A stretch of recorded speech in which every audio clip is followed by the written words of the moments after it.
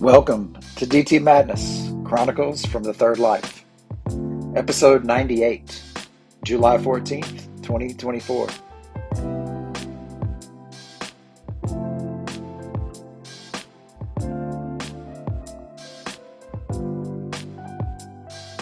So glad you could make it.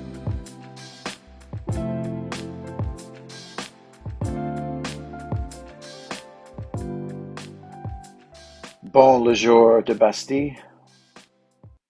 Happy Bastille Day. I was French Student of the Year in 7th grade. Also happy, I believe, 17th anniversary to my sister and brother-in-law. Two fine, fine people. Wow, yeah. So here we are, the day after the attempt, I guess, to take Donald Trump's life, which ended up killing another person in the audience. I haven't seen any reports yet of that person's identity.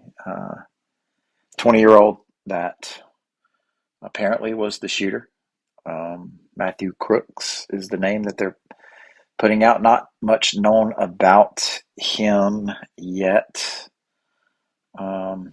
But the political fallout is happening and beginning to happen, and the narrative is changing from that Donald Trump and that MAGA is the people who, or are the people who offer violent rhetoric, and now that blame is being shifted to Biden, and that the rhetoric about Donald Trump being an autocrat and a dictator and threat to democracy, that is, so that's interesting. I'm not arguing, I'm just observing.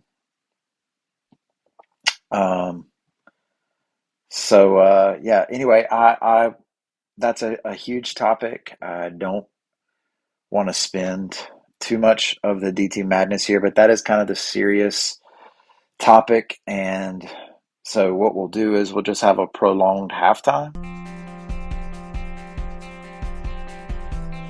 and we'll come back to that issue towards the end. For those of you who want to tune out, then that's fine. This can be a good distraction for you, and then maybe there'll be a um, post advertiser hidden track. Got to keep you all the way. My advertisers want me to keep you all the way through to the end.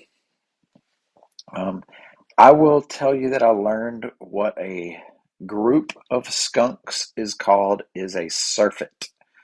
Surfeit, a surfeit of skunks. And I know that because of my daughter's friend Arden had told us that. And the reason why we were wondering is the other night when it was a beautiful sunset and it was cooler-ish in the evening, I went walking towards the sunset, kind of up the road here. And as I was coming back, I was, I don't know, listening or doing a Marco Polo or like some kind of a little bit of distraction, maybe changing the song I was listening to, something of that effect. And as I approached my driveway, I saw about 4 or 5 skunks waddling up right between my house and my neighbor's house, like within like I don't know, within 10 feet of my house, 1 foot of my car, and probably 50 feet from where I was, but I was walking towards them. I'm just thankful that I looked up and saw them so that I could back up. I immediately FaceTimed my whole family. Sam got on quick enough to actually see this surfeit of skunks. And they just crossed over the road and went into the cow pasture across the road. And wow, that was a real thing. Just a real hodgepodge of information for you during this prolonged halftime. Um, but I just finished watching Wimbledon just wrapped up with Carlitos Alcaraz fairly dominant performance against the all-time great Novak Djokovic. Carlos wins his second straight Wimbledon and second major of the year. Maybe kind of the changing of the guard here in men's tennis. And but you know what I love? I love it like when the ball gets mishit, and soars into the crowd, like up through the air. And when a member of the crowd, everybody then watches. And if a member of the crowd catches it, the crowd goes wild.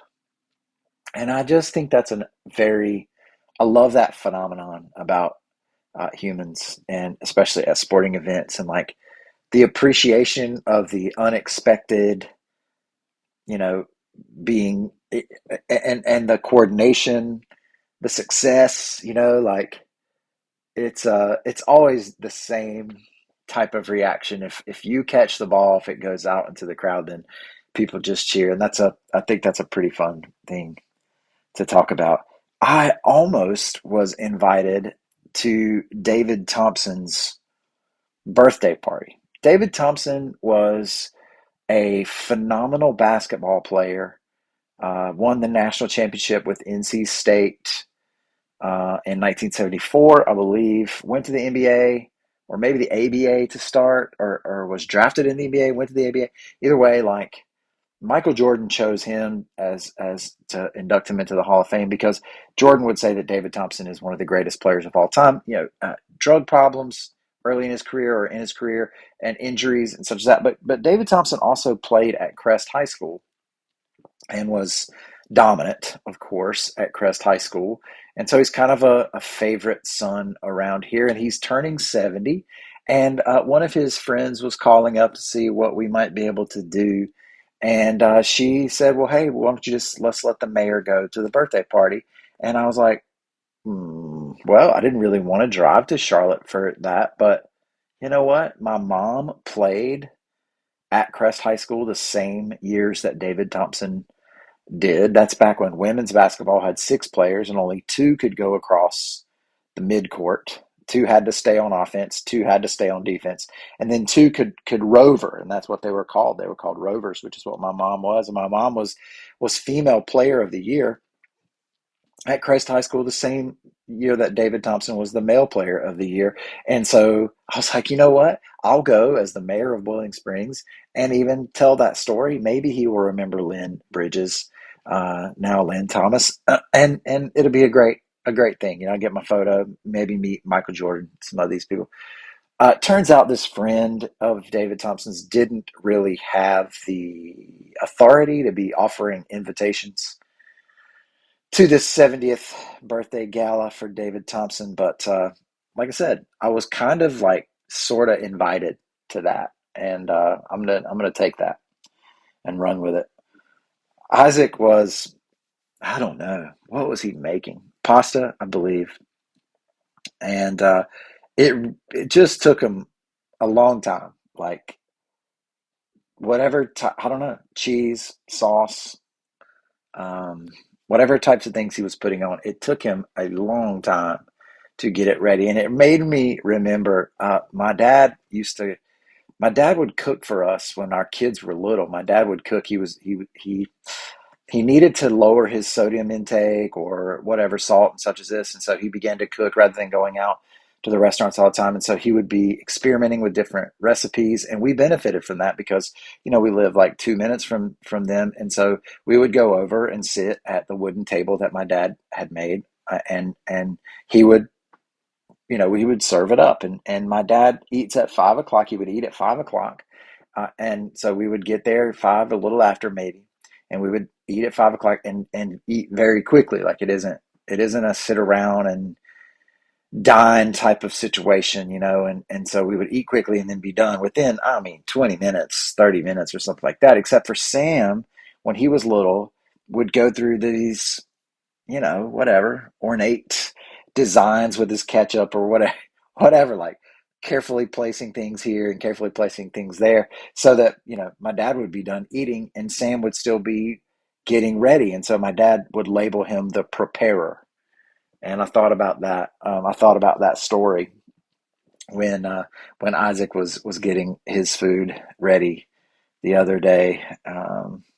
Yeah, so it's cool, man. It's cool to remember all the different types of things, and I'm glad for this format. Like if for nothing else, then having these types of stories recorded, and in some small way typed out on these Google Docs that I make these lists for, and that will help me perhaps write in a more bookish format. But you know what? Like I'm glad that my kids and maybe even their kids will be able to hear, hopefully, some of these stories. But yeah, he called Sam the Preparer. I'm working on a nickname for Isaac because he is definitely a volcano, and especially when it comes to the tennis court. But in general, like he has a short fuse for sure. He likes to do it right. He likes to get it right, and he doesn't like for you to think that he isn't. I don't know. Like I'm not going to psychoanalyze him too much here because he and I are very much alike. And but on the tennis court, if he messes up, like if he's cooking now, then you better watch out. But it can turn very quick, and he can erupt. And so, like Kilauea, Krakatoa, Fuji, whatever, Mount St. He doesn't want to be Mount St. Helens. But I've been thinking about that, and I also told him that as the tennis coach, maybe I will just call him a teapot, or that when it's time to give him some coaching and he's about to blow, that I'll just kind of mimic and put my arm, like you're a little teapot, short and stout. You know how to do it, right? You put your one arm as the handle, and then you put your other arm as the spout, and I would just tilt over so that it was time, and that might be a way, but to diffuse some of his lava explosions. But he wasn't really in favor of that. When I was this isn't on the list, but the teapot makes me remember that when I was in 11th grade, I think 10th or 11th grade, we had beta club inductions at our high school. And this is back when hazing was okay. And so we had to get the signatures of how many ever names of seniors, and we had to draw out of a hat the character that we had to dress up like. And so I drew Princess Diana. I had to dress up like Princess Diana for a full day at school, and then I had to do certain activities or whatever to get the signatures of the seniors so that I could qualify for initiation in the Beta Club. And during lunch, they had me stand up on the lunch table dressed as Princess Diana, okay, and sing "I'm a Little Teapot, Short and Stout," and I did it. But man, can you imagine that kind of how what kind of storm that would bring about if that types of thing was going on in schools today? Maybe we need to lighten up some and go back to a little bit of good-natured hazing. Obviously, not the bad kind, but anyway. Another sports related thing was I was been watching tennis and football, soccer ball, and the Euros has been on, and that championship here is in about an hour, and then the Copa de America, where it was Colombia that was playing. Colombia was playing. It was the one in Charlotte where there was a big brawl in the stands right after, I believe it was Uruguay, like that.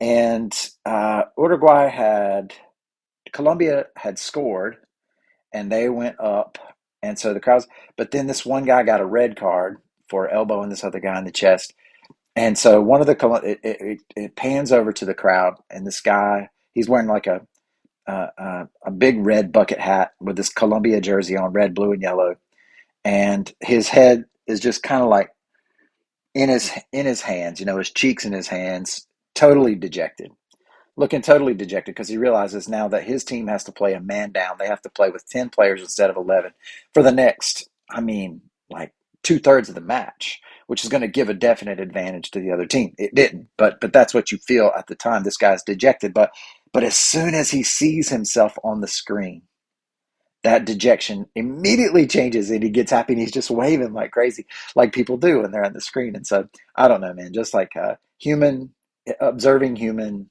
behavior in that way, and like then thinking about it a little bit, and why are we this way, and all that kind of stuff. It's just fun for me. I'm just saying, like I would definitely be waving if I was on the screen. I don't know. I got this picture of my third grade basketball team um, sent to me on Facebook, and that was by 1987, somewhere around in there. Reagan was president, huh? And we were good, man. We were really good. And the guy was saying, "Hey, I bet these folks could join an upper over 45 league, and I bet we would dominate." And I think my knees started hurting just looking at that picture and thinking about that. But anyway, we did finish up college tour season. Sydney is a rising senior. She did her senior portraits a week or so ago, and we finished it up um, with another trip down to Furman. Actually, they're Sarah and Sydney are on their way to Furman even right now, just to go check out the scene around and Travelers Rest and stuff. Furman's I don't know. Furman is my favorite.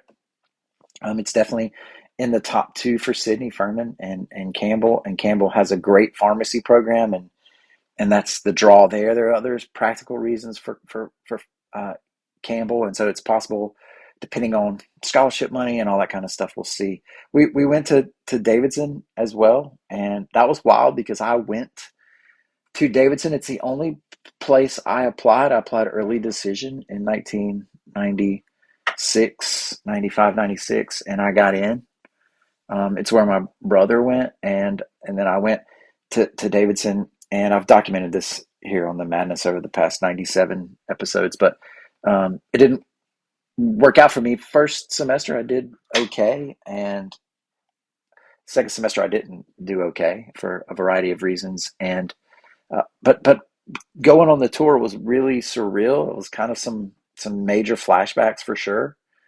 Remembering the building that I lived in. I remembered some of that. I remembered some of the classroom spaces, like the dining hall and things like that. But what was striking to me on the tour was how much I didn't remember, like how much I cannot recall.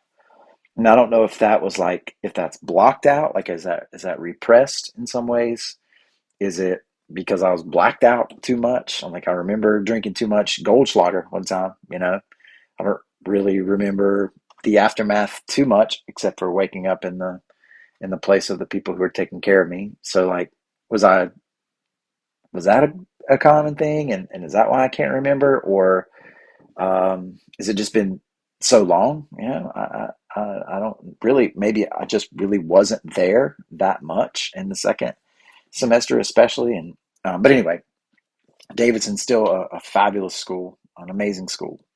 And so we'll see. That could end up being in the mix as well. But it really looks like Furman versus Campbell. She's going to apply to Yale and just see what happens. But I don't know how we could handle 15 hours away. But if she gets into Yale, then it would be something that we'd have to consider.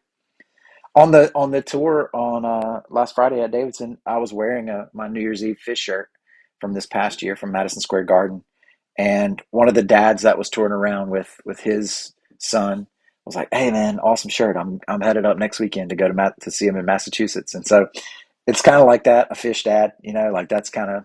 I mean, I think they're younger. There's a younger crowd that goes to see him, but um, Trey, the leader for Fish. Trey Anastasia is he's going to be 60 at the end of this tour, sometime in September, I believe, September October. And I wasn't unsure. Like I'd planned to go to Deer Creek all along up in Noblesville, Indiana, but I wasn't sure about St. Louis and how that was going to work out. And I was going back and forth. But then when I read that Trey's going to be 60, I'm like, man, I don't know how many more years these guys are going to be able to keep this type of touring schedule up. And so I decided to make it happen. And I had enough points from a couple of things. Like if you go back, oh man, I wish I could remember. Sam, DT, and Fluffhead go to New York, episode 18, I think, of DT Madness. But we got bumped off of our first class because it was Sam's 18th trip. And so we got a whole bunch of points for that. It turns out that I'm able to use my points that I had accumulated and got my plane ticket for basically free to St. Louis. So I won't have to drive the 10 hours. And then I'm going to piece it together with some rental cars after that and wind my way around for a 5 show tour, which I'll definitely, obviously, continue to update you on. But anyway, well, that's going to happen. AP scores came out. Man, my students did great. My AP government students did phenomenally well. 16 out of 19 of them passed. My AP Psych students beat the national average as well. And my AP Seminar students fell a little bit short of the national average, but not too bad for my first year in basically a wholly different subject. So I'm pretty proud of that. And um, it is true. I'm proud of the students too. It got me ready to go back into the classroom. Like it helps me get geared up. But the scores are really inflated this year. I just read a story about that, how AP History and AP Government both like 25% higher this year than last year because of the way they recalibrated the scores. And I'm glad for the kids and all that, but the grade inflation is a real thing, and it's something that we need to tackle as a society, as a system of education. And it's also unfair, to the students from last year.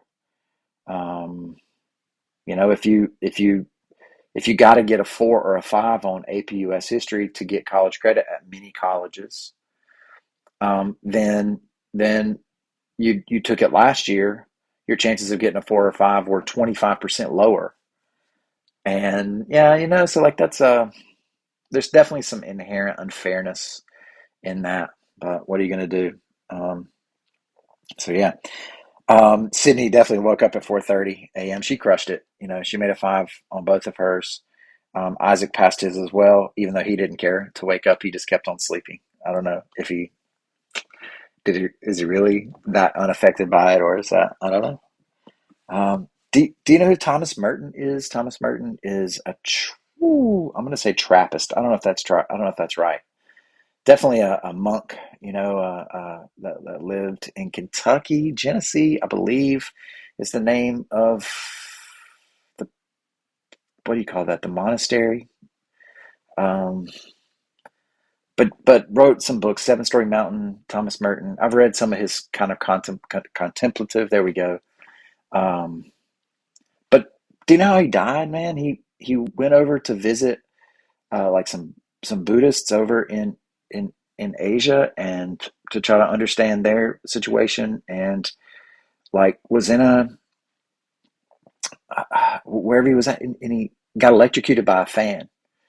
And the reason why I know that is because this book that I just finished is called Concerning the Future of Souls, and it's by Joy Williams. And it's, man, I didn't know what I was getting into. It says short stories. It's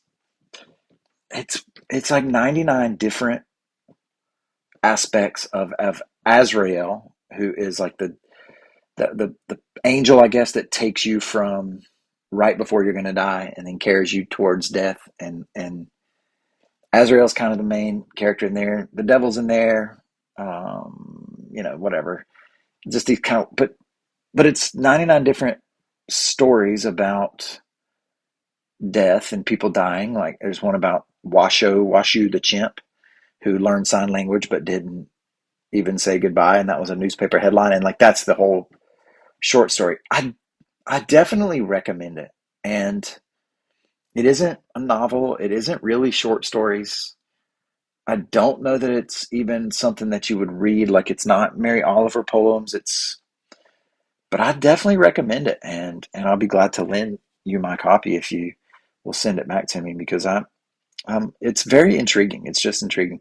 But I'm I'm out of Oprah books. Well, that's not true. There's a bunch on her list that I haven't read. But I was also intrigued by the New York Times one top 100 of the century, and so I'm gonna dive into it and see, like, go with it until it lets me down. I know there's one called White Teeth by Zadie Smith that we have on our bookshelf, so I'm gonna pick that one up next, and see where it goes. But we got some new ice cream places. Oh man, I love ice cream. I really do. And man, did I mention that Sydney made strawberry crepes with cream for breakfast at Wimbledon this morning, and it's just mm, mm. I'm a sucker for the sweet. And we've got a new ice cream place in town. It's called, I don't know, Scoopy Doodle Doo or Scoopty Doo. I don't know. I think I call it something different every time. But it's just Hershey ice cream. But it's a cool spot, and they got places to sit, and I'm glad about it. And there's this place in Gastonia that they discovered, that Sydney discovered in Sarah, and it's called Handles, or is that it? I think so. And I got the salty caramel truffle milkshake, and there was too many truffles in the bottom. It didn't get blended up good, but mm, I like it. But anyway, back to school is coming up, and I'm just glad. Like, there's no more construction. The air conditioner people are going to be done. The press box is going to be done. We're going to have huge classes because we're facing major cuts in public education. And I've got a class of 45 AP government, and there are going to be some major classes that are like that this year and next year. I'm here for it. I'm ready for it. But it's going to be a real thing, and that's coming up, and that'll start. I go back to work the day I get back from my fish tour, so that's going to be something. You know what? Another thing is I recommend to you is like editing your home screen. I don't even really always do this on purpose, but if I'm trying to drag something into a different folder on my iPhone home screen and like the icons get rearranged, I think that's a good thing that you should do. Once in a while, you should switch them up so that then you can't just rely on your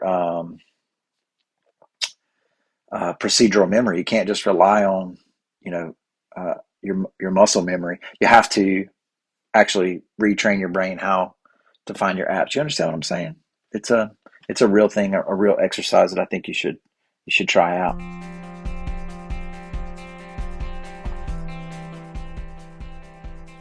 So that was the prolonged halftime. Um, I'll read this. Tonight, this nation faces once again the consequences of lawlessness, hatred, and unreason in its midst. It would be wrong, it would be self deceptive to ignore the connection between that lawlessness and hatred and this act of violence. It would be just as wrong and just as self deceptive to conclude from this act that our country itself is sick, that it has lost its balance, that it has lost its sense of direction, even its common decency. 200 million Americans did not strike down Robert Kennedy last night any more than they struck down President John F. Kennedy in 1963 or Dr. Martin Luther King in April of this year. But those awful events give us ample warning that in a climate of extremism, of disrespect for law, of contempt for the rights of others, violence may bring down the very best among us. A nation that tolerates violence in any form cannot expect to be able to confine it to just minor outbursts. My fellow citizens, we cannot, we just must not tolerate the sway of violent men among us. We must not permit men who are filled with hatred and careless of innocent lives to dominate our streets and fill our homes with fear. We cannot sanction the appeal to violence, no matter what its cause, no matter what the grievance from which it springs. There is never, and I say never, any justification for the violence that tears at the fabric of our national life, that inspires such fear in peaceful citizens, that they arm themselves with deadly weapons, that sets citizen against citizen or group against group. A great nation can guarantee freedom for its people and the hope of progressive change only under the rule of law. So let us, for God's sake, resolve to live under the law. Let us put an end to violence and to the preaching of violence. Let the Congress pass laws to bring the insane traffic in guns to a halt, as I have appealed to them time and time again to do. That will not in itself end the violence, but reason and experience tell us that it will slow it down, that it will spare many innocent lives. Let us purge the hostility from our hearts and let us practice moderation with our tongues. Let us begin in the aftermath of this great tragedy to find a way to reverence life, to protect it, to extend its promise to all of our people. And that is Lyndon Baines Johnson, 1968. And I thought that was prescient. And this is not the 60s. Hopefully, we don't get to that level. Um, but it's really tense. We were talking about holding voting in our town hall in November, and the question came up whether or not we should close town hall that day, or if the staff should just work in the back. And my suggestion was that we should close town hall, allow staff to work from home that day, because there's a chance that it would be violent, even in a small local rural town like ours, which is what the place was in Pennsylvania. And that was before all of this. Like that was before all of this. And you know what? I don't know if I don't know. My initial thought was that at least, this, or that the story of Joe Biden's age and increasing age would at least be off the news for a day or two. That topic will be changed. But the reality is that if you see the images of Donald Trump after he got shot in his ear, and or whatever, if it was the bullet that grazed his ear or the broken glass or whatever it was, like after he comes inches away from dying, or being seriously wounded, and he's rushed to the ground, then in that moment has the presence of mind, whether you like the fact that he's a performer, whether you think it was just a performance or whatever it is, like the presence of mind for this man to tell the Secret Service to wait so that he could stop and raise his fist to the crowd. That is a mental command, a physical command that the current president doesn't have. And that contrast of strong leadership will be juxtaposed against President Biden. And so I'm really not a party guy. I'm registered unaffiliated. If I had to register as an R or a D to continue to be mayor, I wouldn't. I won't. I won't register as an R or a D. I'm not. No, I don't. I've got views on issues that could be considered liberal. I've got views on issues that could be considered conservative. I've changed my mind on some of those as the years have gone by, as I have thought more or experienced more. I don't get trapped in these types of labels. I don't. And in fact, like this all or nothing is part of the issue for me.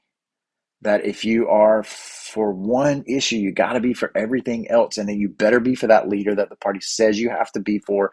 And if you go against them, then you get exiled and you're kicked out of the, like, come on, man. We should be able to think more rationally. We should be able to have prolonged conversations that aren't, packaged into 5-second sound bites anymore with pithy remarks and attention grabbing headlines. But the bloody photo of Trump's face with his fist in the air, that's going to speak for ages. And so my recommendation, if I were a political advisor, which I am not, only here on the podcast, is that the Democrat Party better figure out a way now. And if Joe Biden wants to do what's best for his party, then he needs to step aside right now. They need to have an open convention, and they need to put up somebody like Wes Moore, governor of Maryland. They need to embrace cool-headed generational change, because in this moment, after the events of yesterday, especially, that type of contrast is the only thing, in my view, which could change next week. But that type of generational change is the only thing that will give the Democrat Party any chance of winning an election in November. So anyway, man, I just feel awful for, I feel awful for people who get shot, and they didn't. This is just part of our fabric in this country. And I hope that whenever the generational change happens, that whenever the baby boomers finally let go of their hands on power, that the next generations can clean up that mess, that in a lot of ways they've left us with. And yeah, I said it. So anyway, man, this has been a Church of Six production, brought to you by the Bucket of Life, by the Rope of Relationship, by the Foundation Tower of Stone, the Wall of Belief, the Token of Hope, this too shall pass, and by the Magic Rock times one received and one given. Nothing divine is desperate. And in order to be, try to never seem. May all your circumstances serve to awaken compassion. And as you go, teach peace. Don't forget to believe, y'all, and be live. Grace and peace, my friends.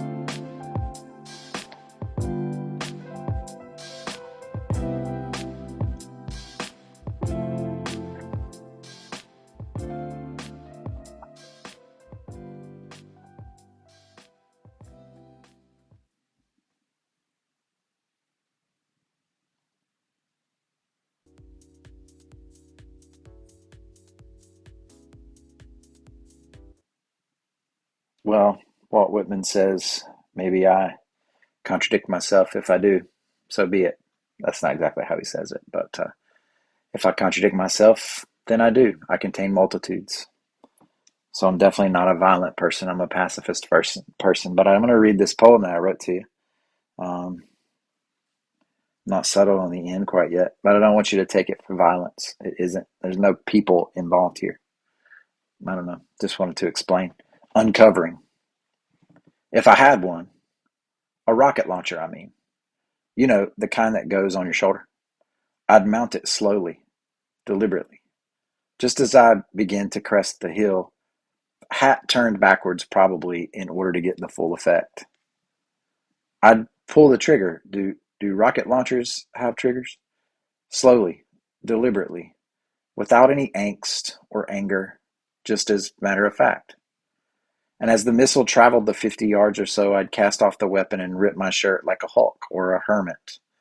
And I'd walk on into the raining fire, or could I say, the raining fire.